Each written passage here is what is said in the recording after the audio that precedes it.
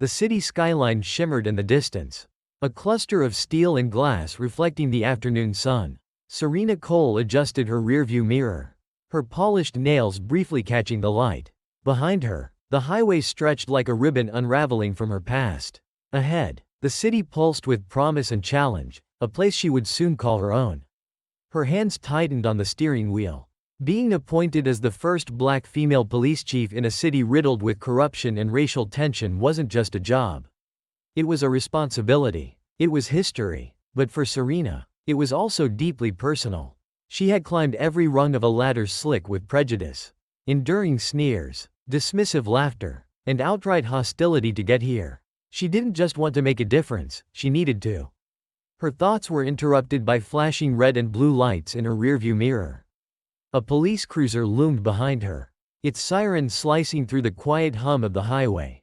Her heart skipped a beat. A reflexive response drilled into her over years of witnessing the brutality such lights could herald. She pulled over to the shoulder, rolling down her window as Officer Ray Matthews approached. His uniform was crisply pressed, but his gait and the set of his jaw carried an air of arrogance. Serena noticed his eyes narrow as he took in her appearance, her dark skin, her natural curls pinned back neatly, the tailored suit she wore. License and registration. Ray barked without preamble. Of course, officer, Serena replied, her voice calm and measured. She handed over her documents, keeping her movements slow and deliberate, aware of the unspoken rules every black person learned to follow during encounters like this. Ray studied her papers, his lips curling into a smirk. Serena Cole, he read aloud, drawing out her name as if tasting it. What brings you to our city? Miss Cole? Serena met his gaze, unflinching. Work. Ray leaned closer, resting one arm on the edge of her window. Work, huh? Must be some important work for someone like you to be driving a car like this. His tone was laden with insinuation, his eyes flicking to the sleek vehicle as though it was evidence of a crime. It is, she replied evenly, refusing to rise to the bait. But her composure seemed to irritate him. Ray straightened, his hand resting on the holster at his hip. Step out of the car, he ordered. May I ask why? Serena's question was firm but polite. Step out of the car, he repeated, his voice rising with each word. The weight of the moment settled heavily between them. Serena knew she had every right to question his demand, but she also knew what could happen if she pushed too far. Slowly, she unbuckled her seatbelt and stepped out onto the gravel.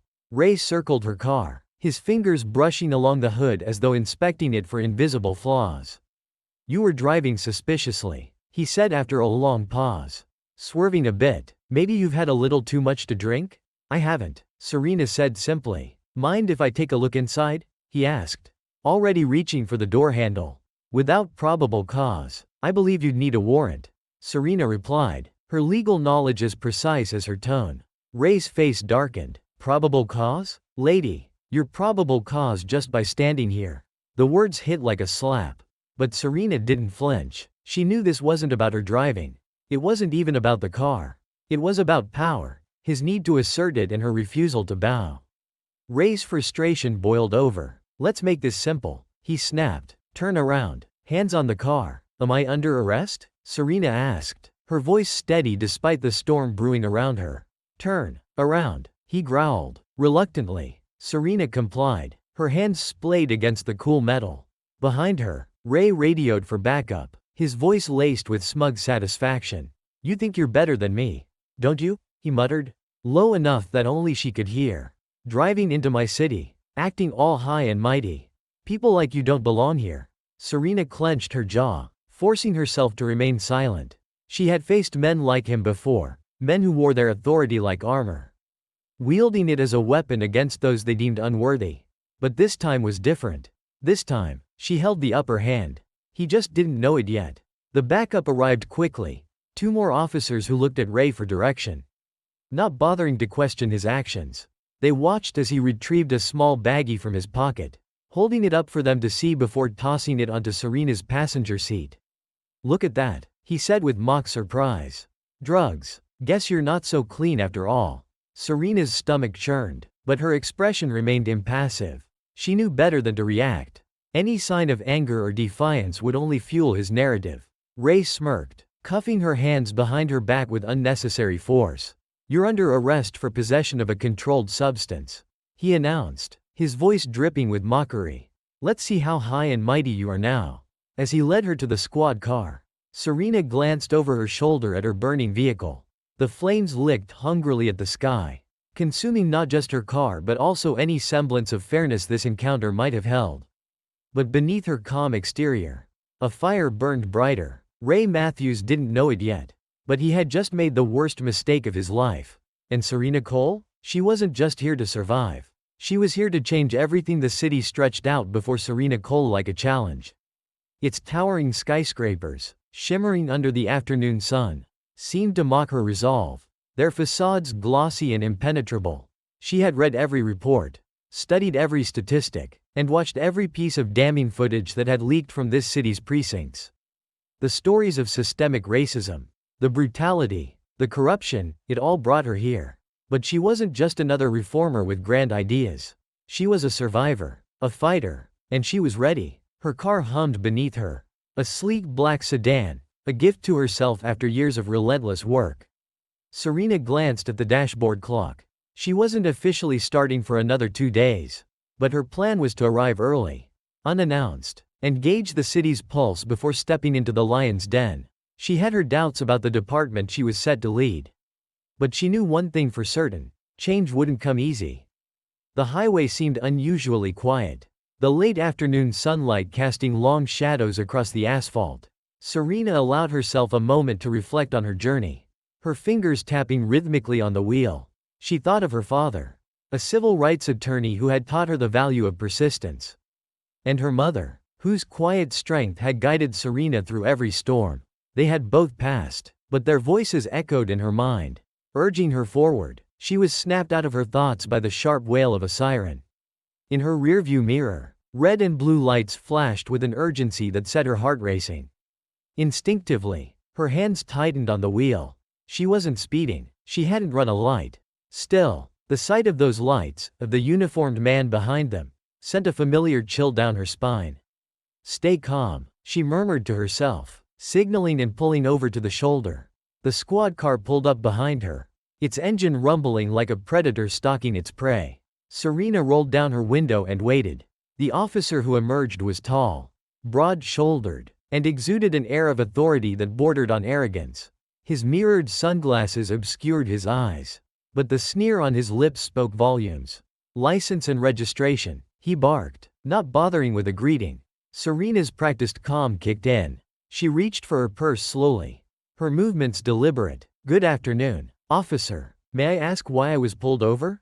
"License and registration," he repeated, his tone sharp enough to cut. She handed over her documents, her gaze steady. "Here you go." "Again, may I ask what this is about?" The officer glanced at her license, his lips curling into a smirk. "Serena Cole, from out of state. What brings you to our city?" "Miss Cole? Work," she replied evenly. "Work," he echoed, dragging out the word. He leaned against her car, his posture casual but threatening. "Must be nice work, driving a car like this. Bet it pays real well." Serena held his gaze, her voice calm but firm. "It does." Her composure seemed to irritate him. He handed her license back, but instead of walking away, he motioned for her to step out of the car. "Step out," he ordered. "Is there a problem, officer?" she asked, her tone respectful but pointed. "Step out," he repeated, his hand drifting to the gun on his hip. The unspoken threat was clear. Serena's pulse quickened, but her face betrayed no emotion. She opened the door and stepped onto the gravel shoulder, the late afternoon sun casting long shadows between them. The officer, his name tag read Matthews, circled her car, his fingers trailing along the paint like a predator sizing up its prey. "You were driving erratically," he said after a long pause. "Looked like you might have been drinking." "I haven't been drinking," Serena replied calmly. "Mind if I take a look inside?" Matthews asked, his tone deceptively casual. "Actually, I do," Serena said, her voice firm. "Unless you have probable cause. I believe a search would require a warrant." His smirk vanished, replaced by a glare that could have cut steel. "Probable cause?" he sneered. "Lady, your probable cause just standing here." The insult landed like a slap. But Serena stood her ground. She knew better than to argue, knew how easily this could escalate. Still, her silence seemed to enrage him further.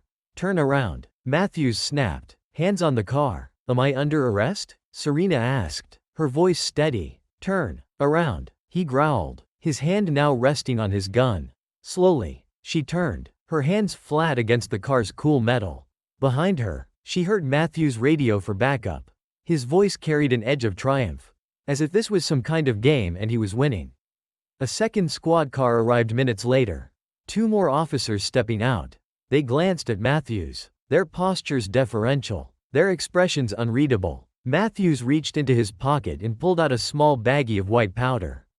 With exaggerated care, he placed it on the passenger seat. "Look at that," he said, his voice dripping with mock surprise. "Drugs. Guess you're not so clean after all." Serena's breath caught in her throat, but she forced herself to remain calm. This wasn't her first encounter with injustice, and it wouldn't be her last. But the stakes were higher now. She couldn't afford to let her anger show.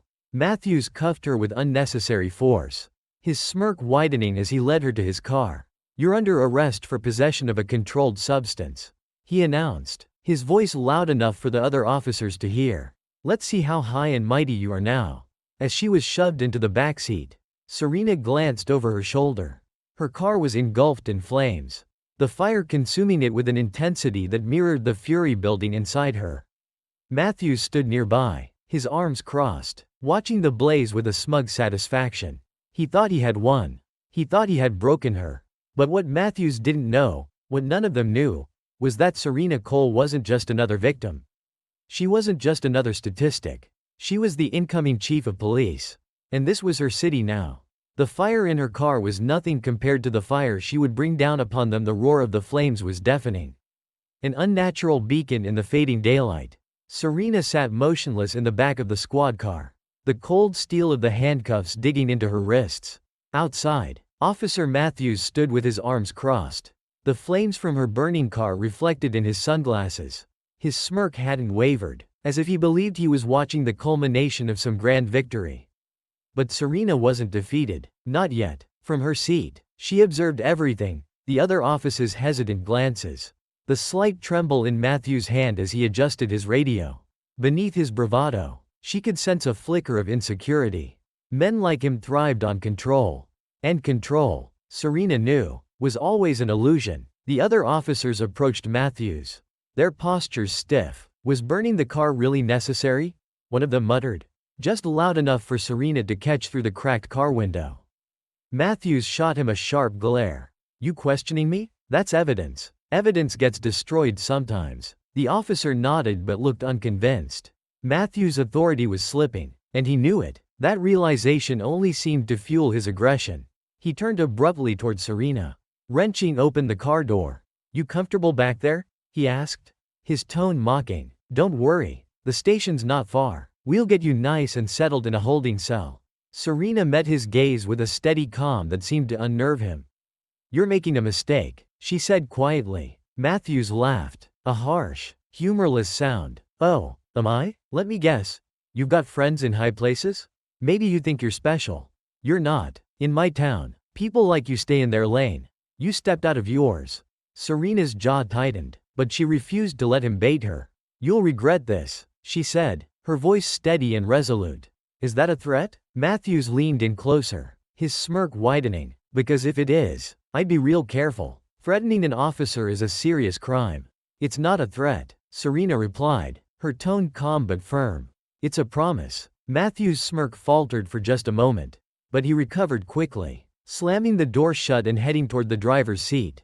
Serena leaned back against the uncomfortable vinyl, her mind racing. She had prepared herself for resistance when she took this job, but this level of hostility was worse than she had anticipated. Still, she wasn't afraid. She had faced worse, and she had always come out stronger. As the car sped toward the precinct, Serena's thoughts drifted to the city she was about to lead. This wasn't just about her anymore. This was about every person who had ever been silenced, every victim who had been denied justice, every community crushed under the weight of systemic oppression. She had taken this job to make a difference, and she wasn't about to let one corrupt officer stand in her way. The precinct loomed ahead, a gray, imposing structure that seemed to reflect the moral decay within. Matthews parked the car with a screech and yanked the door open. He pulled Serena out roughly, his grip tight enough to bruise. "Welcome to your new home," he sneered, leading her inside. The station was chaotic, officers bustling around with files and radios. Conversations paused as Matthews dragged Serena through the room. Whispers followed her like a shadow. "Another one?" Matthews at it again. "She doesn't look like a dealer." Serena kept her head high, her eyes scanning the room. Every detail mattered.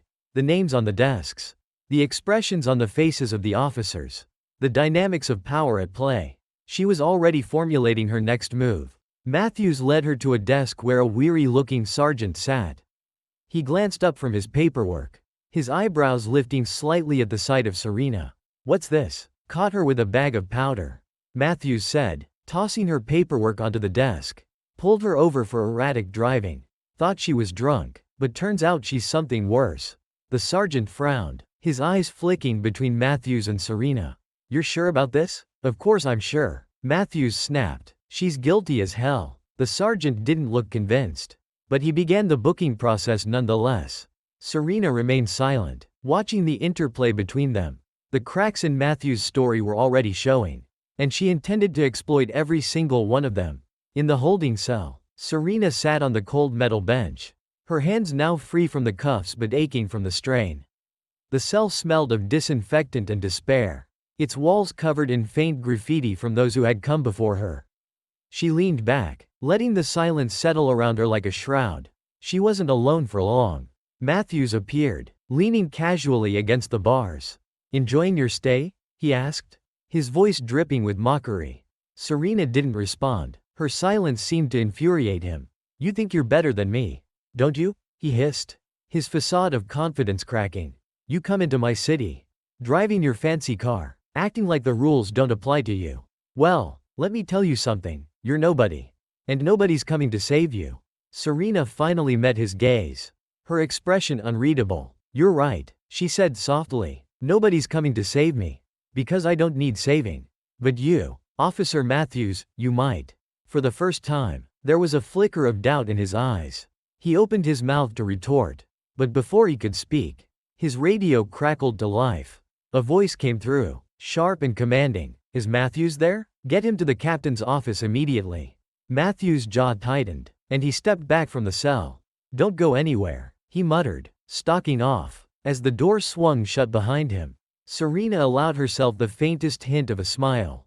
She had seen the cracks in Matthews' armor, and soon, the entire facade would come crashing down. This was only the beginning. The precinct bustled with its usual chaos, officers moving between desks, phones ringing incessantly, and the crackle of radios filling the air. But the atmosphere shifted the moment the captain's office door opened.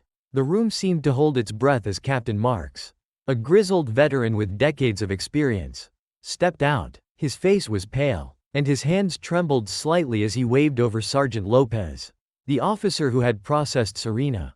"Lopez," Marks muttered under his breath, his voice tight with disbelief. "Where's Matthews?" Lopez frowned, sensing the tension. "In the holding area, sir." Mark's gaze hardened, and he barked, "Bring him to my office. Now." Serena sat in the holding cell, her body still but her mind alive with strategy. The cell was temporary, she knew that much. What Matthews and his cronies didn't realize was that her presence here wasn't a defeat, it was an opportunity. She had seen the rot in this department firsthand now, seen the cracks that exposed deeper corruption. Matthews was sloppy, his arrogance blinding him to the implications of what he'd done. The muffled sound of footsteps interrupted her thoughts. She looked up to see Matthews striding toward her, his face set in a mask of smug triumph. Behind him, Lopez trailed, his expression unreadable. "Get up," Matthews ordered, jangling his keys. Serena didn't move immediately. She stared at him, calm and collected, her silence infuriating him further. "I said, get up," Matthews barked, yanking the cell door open. Lopez's voice cut through the tension. "Captain wants to see you." Matthews turned, his smugness faltering for a brief moment. "What for?" "Didn't say," Lopez replied, his tone carefully neutral, but he sounded serious. Matthews hesitated, then sneered. "Fine, Bring her. Let's make this quick. In the captain's office, the air was thick with tension.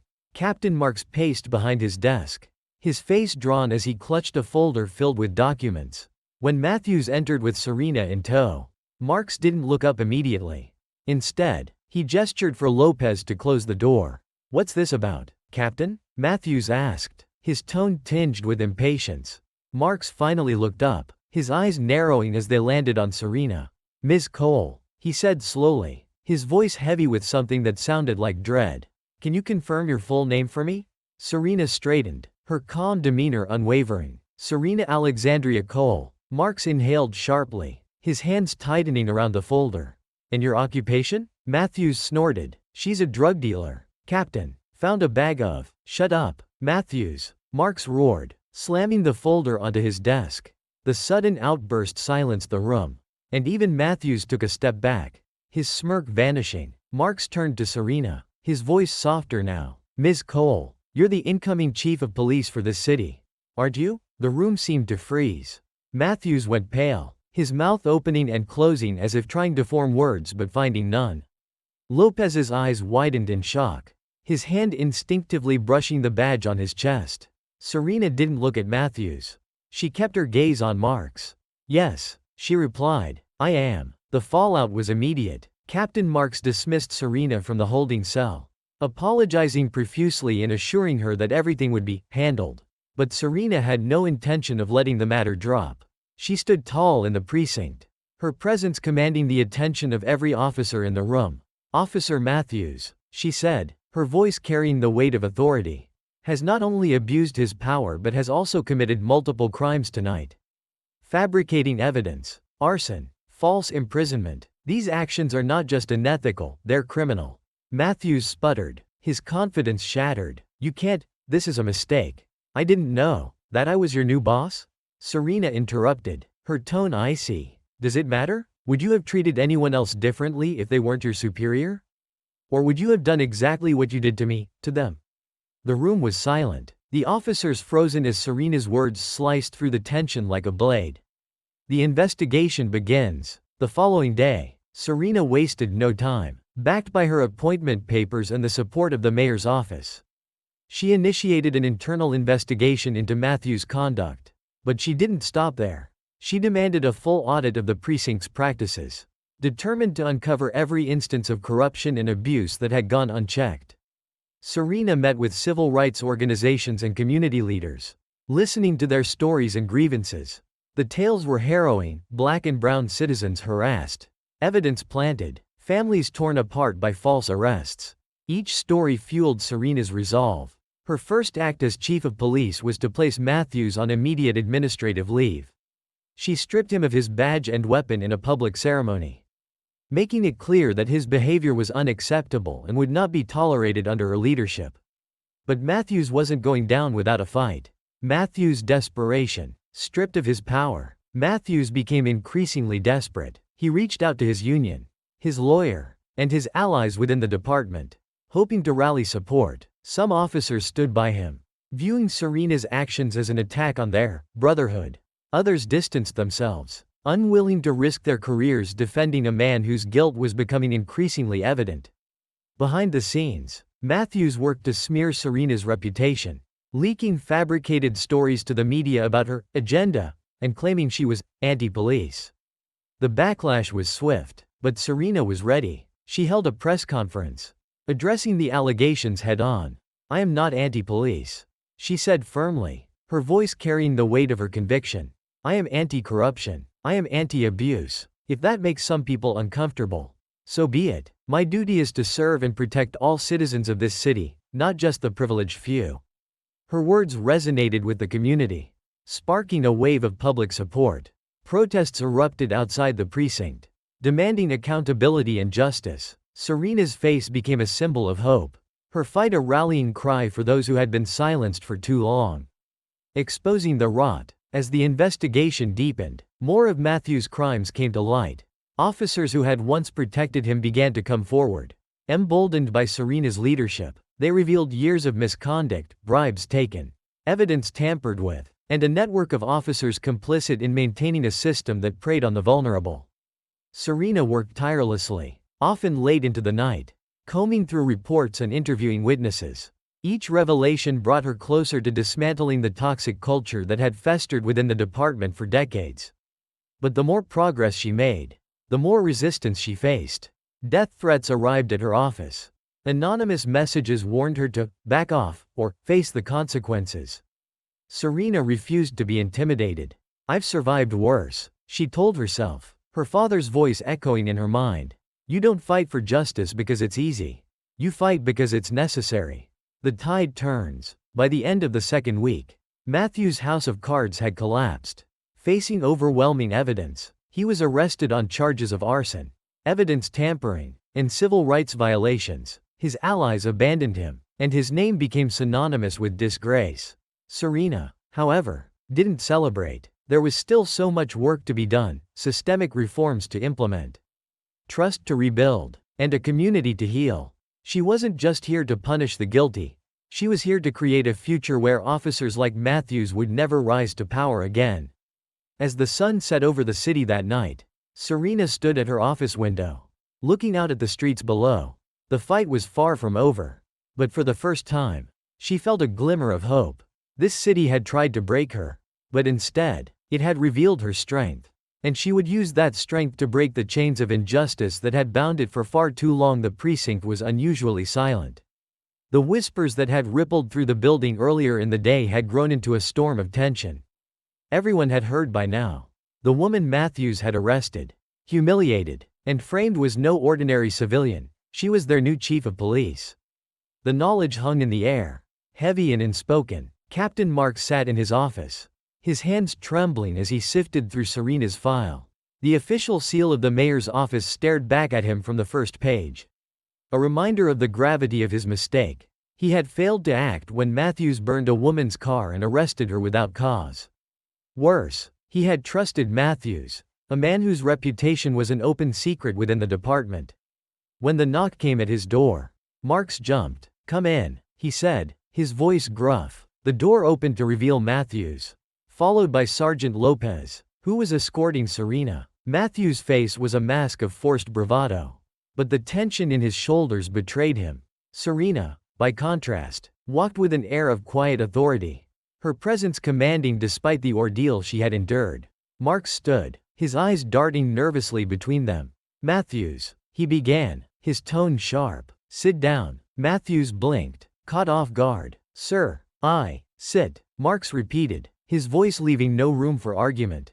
As Matthews reluctantly lowered himself into the chair, Marks turned to Serena. "Ms. Cole." "No, Chief Cole," he corrected himself, his voice faltering. I had no idea." Serena didn't respond immediately. She took her time, her gaze sweeping over the room, the faded badge on Mark's desk, the pile of unopened complaints, the exhaustion etched into his features. Finally, she spoke. "No, you didn't," she said evenly, "but ignorance isn't an excuse." "Captain." Marks flinched at the reprimand. But Serena wasn't done. She turned to Matthews, her eyes piercing. "And as for you, Officer Matthews, where should I begin? False arrest, fabrication of evidence, destruction of property, abuse of power." Her voice was steady, each accusation a hammer blow. "Did you think there would be no consequences?" Matthews' smirk flickered, his confidence shaken. "Look, I didn't know who you were." "That's exactly the problem," Serena interrupted, her voice rising for the first time. "You didn't care who I was. You saw my skin color. And that was enough for you to abuse your authority. How many others have suffered because of your actions? How many lives have you ruined?" Matthews opened his mouth to protest, but Marks silenced him with a raised hand. "Enough," the captain snapped. He turned to Serena, his expression grim. "Chief Cole, I take full responsibility for what happened here today. Matthews will be placed on administrative leave effective immediately. And an internal investigation will." "Not good enough," Serena interrupted. Her words landed like a thunderclap. "This department doesn't need another investigation that ends with a slap on the wrist. It needs accountability, real accountability." The fallout. The next morning, Serena's first official act as chief of police was to hold a press conference. The room was packed with reporters, their cameras trained on her as she stood at the podium. Behind her, The city's mayor and a few key allies watched silently, their support evident but cautious. Serena began with a statement that silenced the crowd. Last night, I was racially profiled, falsely arrested, and had my car destroyed by an officer of the very department I now lead. This is not an isolated incident. It is a symptom of a much deeper problem within this department and this city. The room erupted into a flurry of questions. But Serena raised a hand, commanding silence. I am not here to make excuses or offer empty promises. I am here to make changes. Effective immediately. Officer Ray Matthews has been placed on administrative leave, pending criminal charges. Additionally, I am launching a comprehensive audit of this department's practices, focusing on misconduct, corruption, and abuse of power. Her words sent shockwaves through the city. The press conference dominated the news cycle, sparking debates and drawing both support and criticism. The local police union issued a statement defending Matthews, claiming that Serena was overstepping her authority. Anonymous threats began to flood her office, warning her to back down. But Serena was undeterred. Matthews' desperation. Meanwhile, Matthews' world began to unravel. Stripped of his badge and weapon, he found himself the subject of growing scrutiny. The internal investigation quickly uncovered a damning pattern of behavior, dozens of complaints, all swept under the rug. The media dug deeper, exposing his connections to a network of officers who had operated with impunity for years. Desperate to salvage his reputation, Matthews went on the offensive. He appeared on a local news program, painting himself as a victim of a political agenda. "She's targeting me because I'm a white officer," he claimed. "This is about pushing a narrative, not justice." His words fanned the flames of division, but they couldn't change the facts. The evidence against him was overwhelming, and his former allies within the department began to distance themselves. Whistleblowers emerged, emboldened by Serena's leadership, revealing even more of Matthews' illegal activities. Bribes, extortion, planting evidence. The list grew longer by the day. Community uprising. Outside the precinct, the community rallied. Protesters lined the streets, holding signs that read, "Justice for all," and "End police corruption." Serena made it a point to meet with them, listening to their stories and amplifying their voices. For many, this was the first time they felt seen by someone in power. One evening, a young mother approached Serena after a public forum. Her voice trembled as she recounted how Matthews had arrested her husband on false charges, tearing their family apart. "We lost everything," she whispered, tears streaming down her face.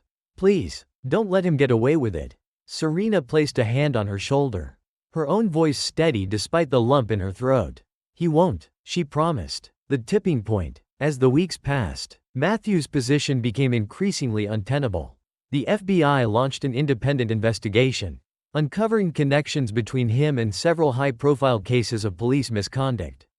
Serena worked tirelessly behind the scenes, collaborating with federal agents, civil rights organizations, and community leaders to ensure that justice was served.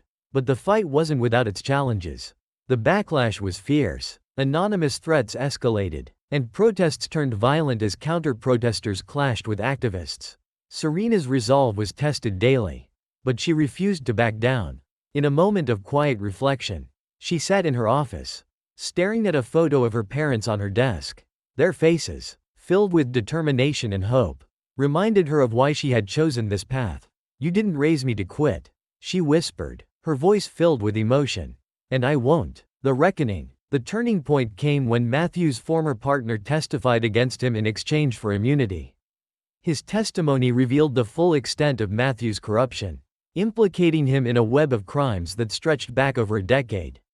With the evidence now irrefutable, Matthews was arrested and charged with multiple felonies, including civil rights violations and obstruction of justice. Serena watched from her office window as he was led out of the precinct in handcuffs, his head bowed in shame. The sight was bittersweet. Matthews' downfall was a victory, but it was only the beginning. The system that had protected him for so long needed to be dismantled. Brick by brick, a new beginning. In the aftermath of Matthews' arrest, Serena addressed the city in a televised speech. Standing in front of the precinct, she spoke with the same quiet strength that had carried her through every battle. "This is not just about one officer," she said. "This is about a system that has failed too many for too long." But we have the power to change it. Together, we can build a department that serves and protects every member of this community, regardless of the color of their skin. Her words sparked hope in a city that had long been divided. And as the crowd erupted into applause, Serena felt a renewed sense of purpose. The fight was far from over. But for the first time, it felt like the city was ready to change. And Serena was determined to lead the way. The tension in the precinct was palpable. News of Matthew's arrest and Serena's appointment as chief of police spread like wildfire, shaking the department to its core. Some officers whispered in corners, their faces pale with worry, while others avoided eye contact altogether. The corridors, once filled with casual banter, now echoed with uneasy silence.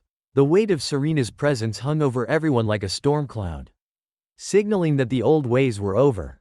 Matthews sat alone in his apartment, the dim light of the television flickering across his face. News anchors dissected his downfall, their voices a mixture of condemnation and curiosity. Officer Ray Matthews, a 20-year veteran of the force, now faces charges of arson, evidence tampering, and civil rights violations. One anchor announced, "The question now is, how deep does the corruption run within this department?" Matthews clenched his fists, his knuckles white. He wasn't just angry, he was terrified. The network of officers who once had his back was crumbling, their loyalty evaporating in the face of Serena's relentless pursuit of accountability. He picked up his phone and dialed a number. "Listen," he hissed into the receiver. "You need to help me. We all know she's just doing this to make a name for herself. She's not one of us." The voice on the other end was cold. "You're on your own, Matthews. Nobody's risking their career for you." The line went dead. Serena's first move. Back at the precinct, Serena wasted no time. She assembled a task force of officers she could trust, those with spotless records and a commitment to justice. Many were younger recruits, eager to prove themselves and untainted by the department's history of corruption. The first order of business was combing through every complaint filed against Matthews over the years. What they found was staggering: over 30 formal complaints, ranging from excessive force to fabricated evidence. Most had been dismissed without investigation. "This isn't just about Matthews," Serena told her team during a late-night meeting. The room was quiet, the officers hanging on her every word. "This is about a system that allowed him to operate with impunity. We're going to tear it down, piece by piece." One of the officers, a young Latina named Officer Rivera, raised her hand hesitantly. "Chief, what if some of the higher-ups are involved? What if this goes beyond Matthews?" Serena nodded, her expression grim. "It does, and we're going after them, too." Uncovering the web. The deeper Serena's task force dug, the more tangled the web of corruption became. Matthews wasn't just a lone wolf, he was part of a network of officers who operated with a sense of invincibility. They protected each other, falsified reports, and targeted vulnerable communities with little fear of repercussions. One particularly damning discovery came in the form of a whistleblower, Officer Daniels. A quiet, unassuming man who had been on the force for 15 years. Daniels approached Serena one evening after most of the precinct had cleared out. "Chief," he said, his voice trembling, "I've been keeping quiet for too long. I can't anymore." Daniels handed over a folder filled with documents, internal memos, falsified arrest records, and even emails implicating several high-ranking officers. Serena flipped through the papers, her stomach churning at the sheer audacity of the crimes detailed within. "This is a start," she told Daniels, "but I need more. I need names, dates, witnesses." Daniels hesitated, then nodded. "I'll give you everything I've got. Just promise me you'll protect my family." "You have my word," Serena said firmly. Matthews fights back. Meanwhile, Matthews, cornered and desperate, decided to go on the offensive. He contacted a local journalist known for sensationalist stories, feeding him a narrative designed to discredit Serena. "She's targeting me because I'm white," Matthews claimed during an on-camera interview. "This isn't about justice. It's about revenge. She wants to destroy the police force, and I'm just her scapegoat." The story aired during prime time, sparking a wave of outrage among certain segments of the community. Protesters began gathering outside the precinct, some holding signs that read, "Protect our officers," and "Stop the witch hunt." Serena watched the footage from her office, her jaw tightening. The smear campaign was working, at least temporarily. But she refused to let it derail her mission. She called a press conference the following morning, standing before a crowd of reporters with her task force behind her. The cameras zoomed in as she began to speak. Officer Matthews claims he is a victim. Let me be clear. The only victims here are the citizens of this city who have suffered under his abuse of power. The evidence against him is overwhelming, and we will not be intimidated by baseless accusations. Her words were met with applause from the gathered crowd. But the real victory came hours later when another whistleblower stepped forward, this time a retired officer who had witnessed Matthews' misconduct years ago but had been too afraid to speak out. The turning point. With the growing mountain of evidence, Serena's task force was able to secure warrants against not just Matthews but several of his closest allies within the department. The arrests were carried out swiftly. The sight of officers being led out of the precinct in handcuffs sending a clear message: the era of impunity was over. But the victory was bittersweet.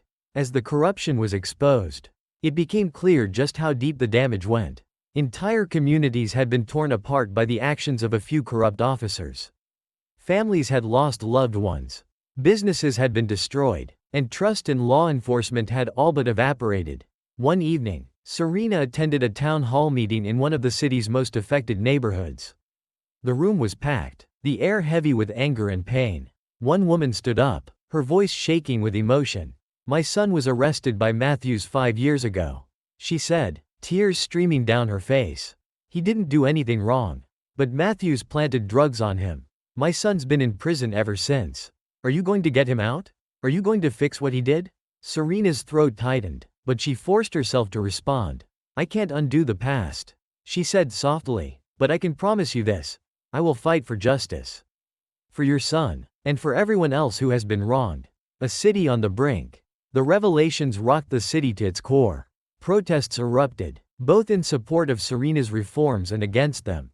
The police union doubled down on its opposition, filing lawsuits and demanding Serena's resignation. Tensions reached a boiling point when a group of Matthews supporters staged a counter-protest outside the precinct, leading to a violent clash with activists demanding justice. Through it all, Serena remained steadfast. She met with community leaders, spoke at rallies, and continued to lead the task force with unwavering determination. "You're risking everything," one of her advisors warned her late one night.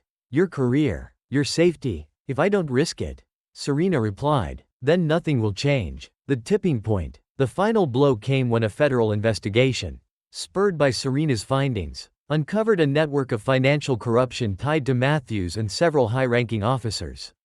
They had been embezzling funds meant for community programs, funneling the money into their own pockets. The scandal broke the back of the opposition, leaving Matthews and his allies with no defense. Matthews was officially indicted on multiple charges, his name forever tarnished. The department began to rebuild, with Serena at the helm, determined to create a culture of accountability and integrity. In the end, Serena knew the fight wasn't over. But as she stood before her task force, looking into the eyes of the officers who had stood by her, she felt a glimmer of hope. "This is just the beginning," she told them, "but together, we can make this department something to be proud of, something this city deserves." And for the first time in years, it felt like change was truly possible. The morning air was thick with anticipation as the city awoke to news that would ripple across the nation. Ray Matthews, once a respected officer, was now a disgraced man awaiting his day in court. But for Chief Serena Cole, his indictment wasn't the end of her battle, it was just the beginning. The rot she had uncovered ran deep, and the fight to restore trust in the police force had only just begun. The trial of Ray Matthews. The courtroom was packed on the first day of Matthews' trial. Journalists, activists, and members of the community crowded the gallery, eager to see justice play out. Matthews sat at the defendant's table, his once proud demeanor now replaced by a nervous rigidity. His lawyer, a slick, high-profile defense attorney, leaned in, whispering advice, but even the best legal counsel couldn't erase the mountain of evidence against him. Serena sat in the front row of the gallery, her presence a symbol of accountability. She watched as the prosecution laid out a case so damning it left little room for doubt. Testimony from whistleblowers. Video footage of Matthews planting evidence. and financial records exposing his role in embezzlement schemes. But the most powerful moment came when a young black man named Marcus Fields took the stand. Marcus, now 23, had been falsely imprisoned by Matthews at the age of 18. His voice trembled as he recounted the day his life changed forever. "I was walking home from my shift at the grocery store," Marcus said, his eyes fixed on the jury. "Matthews stopped me, said I looked suspicious. He pushed me against the wall, searched me, and found nothing. But then, he pulled a bag of drugs out of his pocket and said it was mine." Marcus paused, his voice breaking. "I spent 3 years in prison for something I didn't do. I lost my job. My mom had to sell our house to pay for a lawyer. And all because this man," he pointed at Matthews, "decided I didn't deserve to be free." The courtroom fell silent, the weight of Marcus's words settling over everyone. Serena felt her chest tighten. Marcus's story wasn't unique, but hearing it told so plainly, so painfully, reminded her why this fight mattered. Matthews' last stand. As the trial continued, Matthews' defense team tried every tactic in the book. They painted him as a dedicated officer who had been unfairly targeted by a political agenda. They questioned the credibility of the witnesses, implying that they had been coerced into testifying against him. But each argument crumbled under the weight of the evidence. Still, Matthews clung to his narrative. On the final day of the trial, he took the stand, his voice defiant. "I've served this city for 20 years," he said, looking directly at the jury. "I've put my life on the line for these streets. And now, I'm being crucified for doing my job. Is it perfect? No, but sometimes, you have to make hard choices to keep people safe." His words might have carried weight in another time, another context, but now, they rang hollow. The prosecution wasted no time dismantling his claims, reminding the jury that keeping people safe didn't justify the abuse of power, the destruction of lives, and the systemic racism that Matthews had perpetuated. The verdict. The jury deliberated for less than a day. When they returned to the courtroom, the atmosphere was electric with tension. Matthews sat rigidly, his hands clasped so tightly his knuckles turned white. "We, the jury, find the defendant, Ray Matthews, guilty on all counts." The room erupted. Some cheered, others wept, and a few stormed out in anger. Serena remained seated, her expression stoic. Justice had been served, but the victory felt bittersweet. For every Matthews exposed, how many more remained in the shadows? Rebuilding trust. The weeks following the trial were some of the most challenging of Serena's career. The city was both energized and divided. Some hailed her as a hero, while others accused her of dismantling the police force. Threats against her life increased, and her team worked around the clock to ensure her safety. Despite the hostility, Serena pressed forward with her reforms. She implemented mandatory bias training, established an independent review board to oversee police misconduct cases, and prioritized hiring officers from underrepresented communities. The changes were met with resistance from within the department, but Serena refused to back down. One of her most controversial decisions was the creation of a community liaison program, which paired officers with local leaders to foster dialogue and rebuild trust. Some officers balked at the idea of being held accountable to civilians, but others embraced it, recognizing the need for change. A community transformed. One evening, Serena attended a town hall meeting in the neighborhood where Marcus Fields lived. The community center was packed, the air buzzing with energy. People of all ages and backgrounds had come to share their stories, their frustrations, and their hopes. An elderly woman stood up, her voice steady despite her years. "Chief Cole," she began, "for too long, we've been ignored, harassed, and treated like criminals in our own city. But since you've taken charge, I feel like maybe, just maybe, things can change. Thank you for fighting for us." The room erupted into applause, and Serena felt a lump rise in her throat. These moments, though small, reminded her of why she had chosen this path. As the meeting ended, Marcus approached her, a hesitant smile on his face. "Chief," he said, "I just wanted to thank you for everything. Because of you, my record's been cleared, and I've got a second chance." Serena smiled, placing a hand on his shoulder. "You earned that chance, Marcus. Now go make the most of it." Matthews' downfall. Matthews' sentencing came a month later. He was sentenced to 25 years in federal prison, a punishment that sent a clear message. No one was above the law. As he was led away in handcuffs, his head hung low, Serena felt a sense of closure, not for herself, but for the countless lives he had harmed. A personal triumph. Late one night, Serena sat alone in her office, the city lights twinkling outside her window. On her desk sat a photo of her parents, their faces filled with pride and hope. She picked it up, tracing her finger over the frame. "This is for you," she whispered, "for everything you taught me, for the strength you gave me." A knock at the door pulled her from her thoughts. It was Officer Rivera, one of the recruits who had been instrumental in the task force. "Chief," she said, "we've finalized the new community outreach initiative. Would you like to review it?" Serena nodded, her lips curving into a small smile. "Of course, let's make it happen." A new beginning. As the months turned into years, Serena's reforms began to take root. The police force, once a symbol of fear, slowly became a beacon of hope.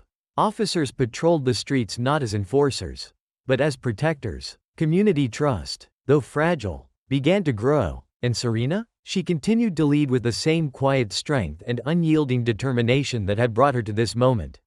She knew the fight for justice was never truly over. But for the first time, she felt the tide was turning. Her city was changing, and so was she. This wasn't just her victory, it was theirs. A victory for justice, for redemption, and for hope. The city had changed in the weeks since the trial. The streets felt alive with a cautious hope, a shift in the atmosphere that was palpable yet fragile. While the conviction of Ray Matthews was a landmark victory, Chief Serena Cole knew it was just the beginning. The real challenge lay ahead, ensuring lasting reform in a city where trust had been eroded for generations. Reforming the department. One of Serena's first major initiatives after the trial was the creation of an independent police accountability board, PAB.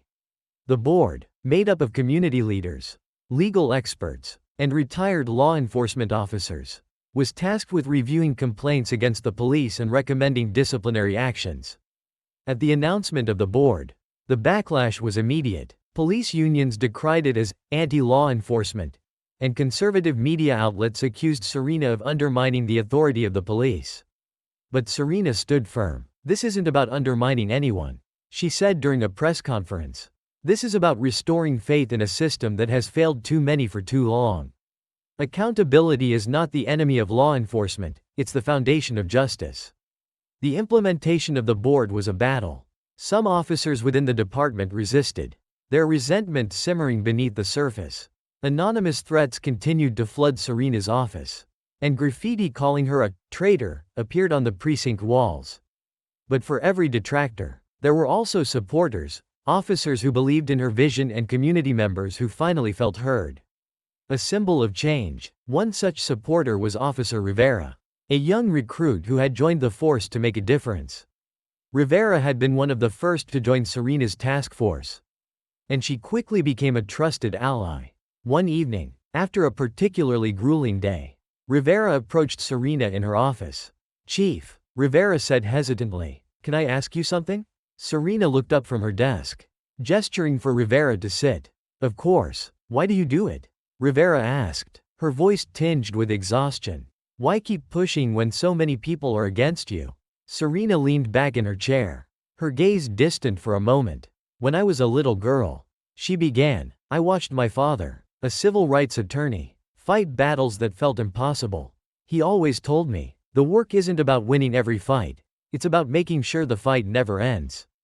That's why I do it. Because if we stop fighting, then nothing changes." Rivera nodded, her eyes glistening with newfound determination. "Thank you, Chief. I needed to hear that." Healing the community. As the reforms began to take shape, Serena turned her attention to the community. She knew that systemic change within the department would mean little if the public didn't see or feel the difference. She launched the Community Outreach Initiative, which focused on bridging the gap between law enforcement and the neighborhoods they served. One of the most impactful programs was the Youth Engagement Project, YEP. Designed to mentor young people in underserved areas, officers volunteered to work with students, teaching them life skills, offering tutoring, and even organizing sports leagues.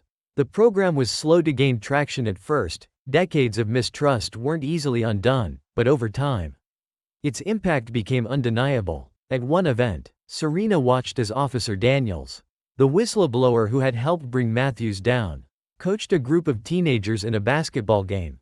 The laughter and camaraderie on the court were a stark contrast to the fear and resentment that had once defined the relationship between police and the community.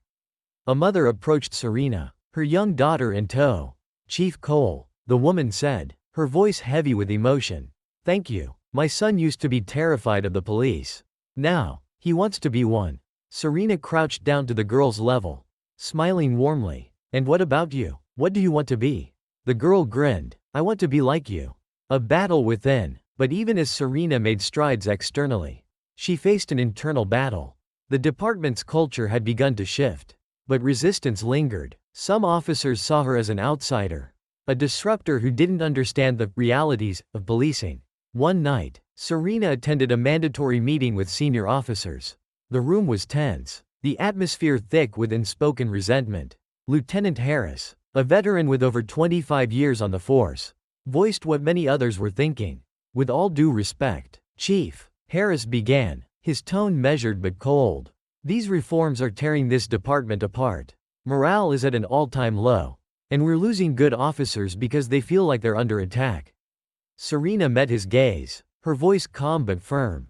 "Lieutenant, if an officer feels threatened by accountability, then I question whether they belong in this department. Morale shouldn't come from a lack of oversight, it should come from knowing we're doing the right thing." Harris shifted uncomfortably in his seat, but he didn't argue further. Serena had made her point, and the room fell silent. Matthews' legacy. While Matthews was serving his sentence, his actions continued to cast a long shadow over the city. Serena worked with legal aid organizations to review cases linked to his misconduct. Dozens of wrongful convictions were overturned, and the city faced multiple lawsuits from victims seeking justice. One of those cases involved Marcus Fields, the young man who had testified at Matthews' trial. With his record cleared, Marcus was determined to turn his life around. He began speaking at schools and community centers, sharing his story to inspire others. At one event, Marcus invited Serena to join him on stage. "Chief Cole didn't just change my life," he told the audience. "She changed this city, and because of her, I believe we can keep changing it, together."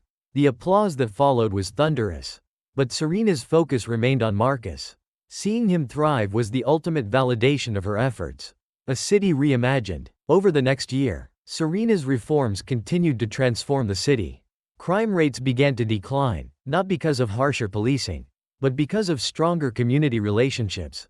The police force became more diverse, with new recruits drawn to Serena's vision of justice and integrity. The changes weren't without challenges. Protests, counter-protests, and political pushback persisted, but Serena faced each obstacle with the same quiet strength that had carried her through the darkest moments of her career. One day, as she walked through a bustling street market, a man approached her. His face was lined with age, and his hands were rough from years of labor.